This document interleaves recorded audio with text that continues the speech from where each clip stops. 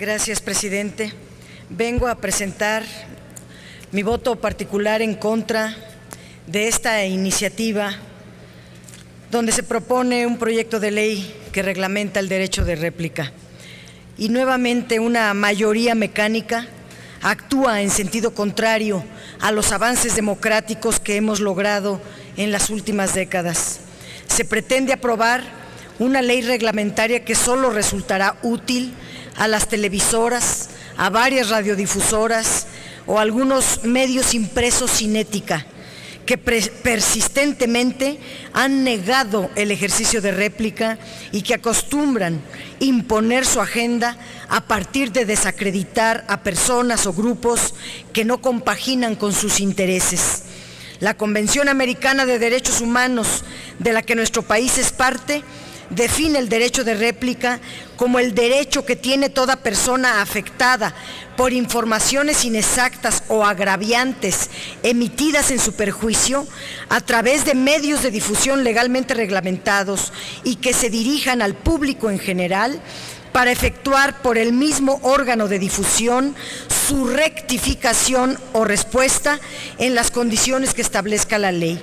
La definición de tales condiciones se ha pospuesto una y otra vez desde que en 2007 el concepto fue introducido en la reforma del artículo 6º constitucional. Tras muchas demoras, aparece ahora la urgencia de aprobar un proyecto basado en la propuesta que presentara un legislador del Partido Verde Ecologista ligado a Televisa, recientemente premiado con un cargo público en la Secretaría de Gobernación, por cierto. Son muchas las alertas que prende este proyecto, pero en esencia se puede decir que está diseñado para evitar que el derecho de réplica no exista más que en el papel y que sea imposible ejercerlo. Se pretende cobijar así algunas de las peores prácticas de la mayoría de los medios de comunicación, particularmente del medio duopolio televisivo. Para empezar, el proyecto concede a los medios un tiempo demasiado largo para decidir si aceptan o no la réplica y todo un peregrinar legaloide encaminado a obstaculizar y a no garantizar este derecho. Se plantea que la persona agraviada presente la réplica mediante un escrito que debe entregarse físicamente en el domicilio del medio, lo cual resulta injustificable en plena era del Internet. Ahora bien, si el medio niega el derecho de réplica, el afectado podría recurrir a la justicia, pero la carga de la prueba recae en la persona agraviada y no en el medio que cometió el agravio o virtió la información falsa.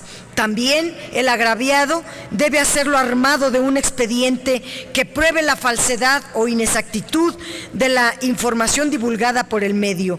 Dicho de otro modo, solo las o los ciudadanos que cuenten con recursos para pagar abogados podrán ejercer este derecho, lo cual subraya el carácter discriminatorio e inequitativo que la norma se pretende aprobar.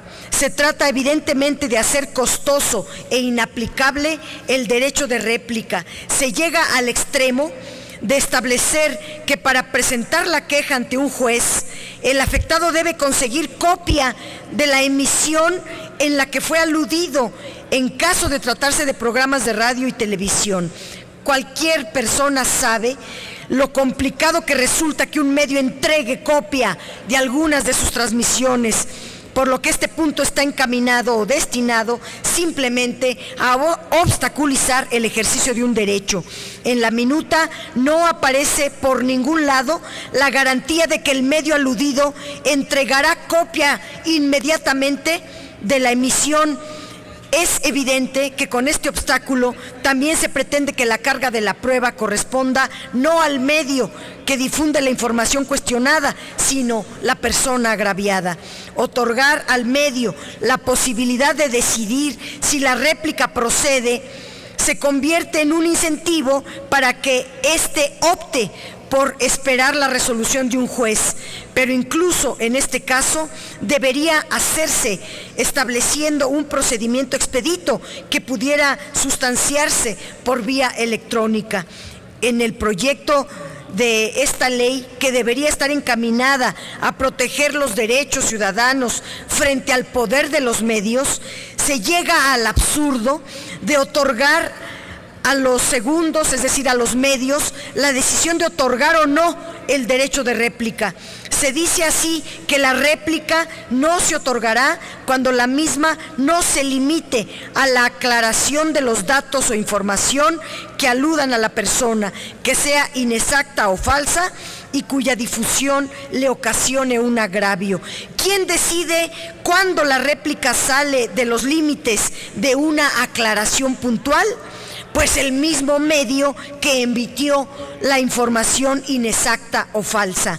La discrecionalidad es enorme como se ve, y hará prácticamente imposible el ejercicio del derecho aludido. En el caso de que una persona cuya imagen u honor hayan sido dañados decidiera presentar una queja ante un juez, la resolución podría demorar meses e incluso años, lo que subraya la ineficacia de la norma que se propone. Entre los importantes aspectos ausentes en el proyecto están las atribuciones que la reforma constitucional y la Ley Federal de Telecomunicaciones y Radiodifusión otorgan al Instituto Federal de Telecomunicaciones, el IFETEL, y a las defensorías de las audiencias para tutelar los derechos de las audiencias, entre ellos el derecho de réplica.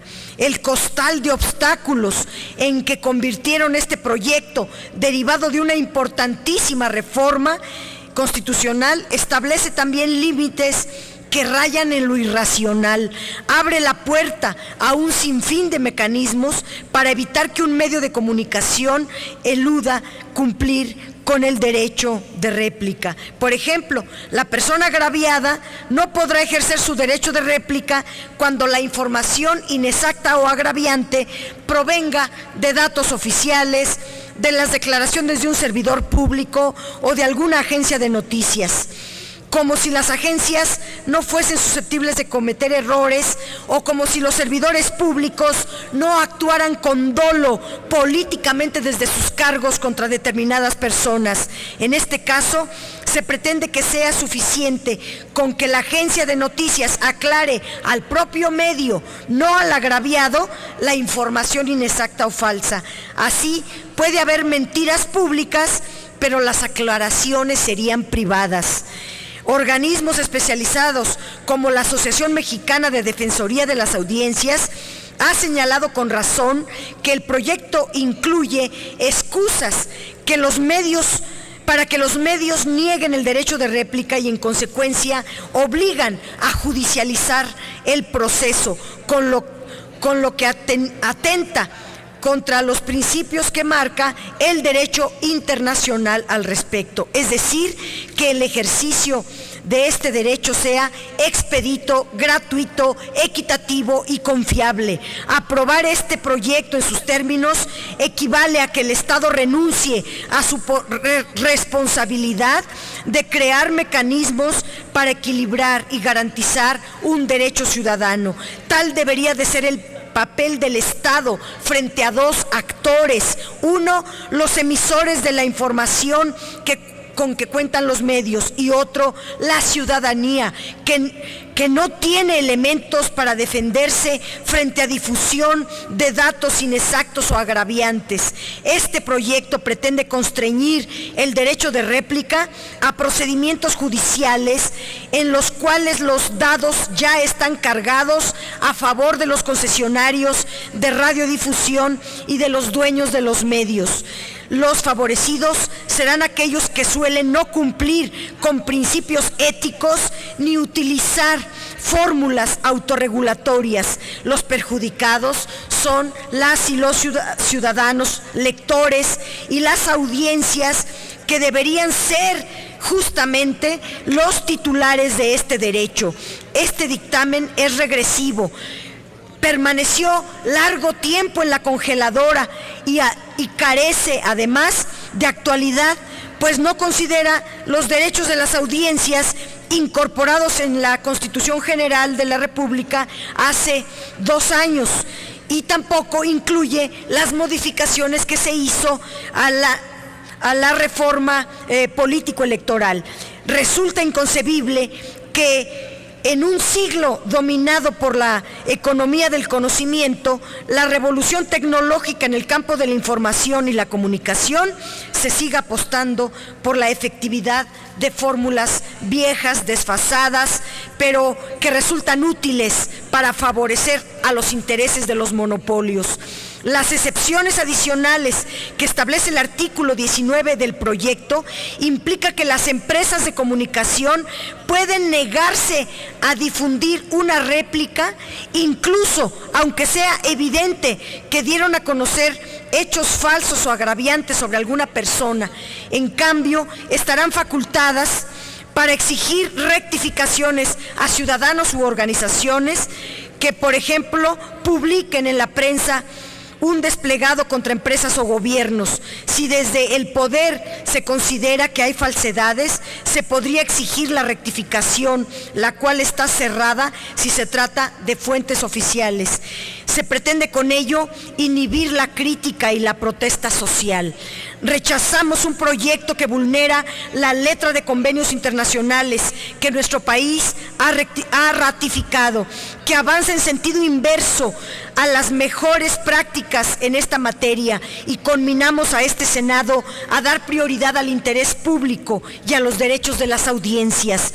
Basta revisar el contenido del artículo 14 de la Convención Americana de Derechos Humanos, que establece el derecho de réplica es aplicable a toda persona afectada por informaciones inexactas o agraviantes emitidas en su perjuicio a través de medios de difusión.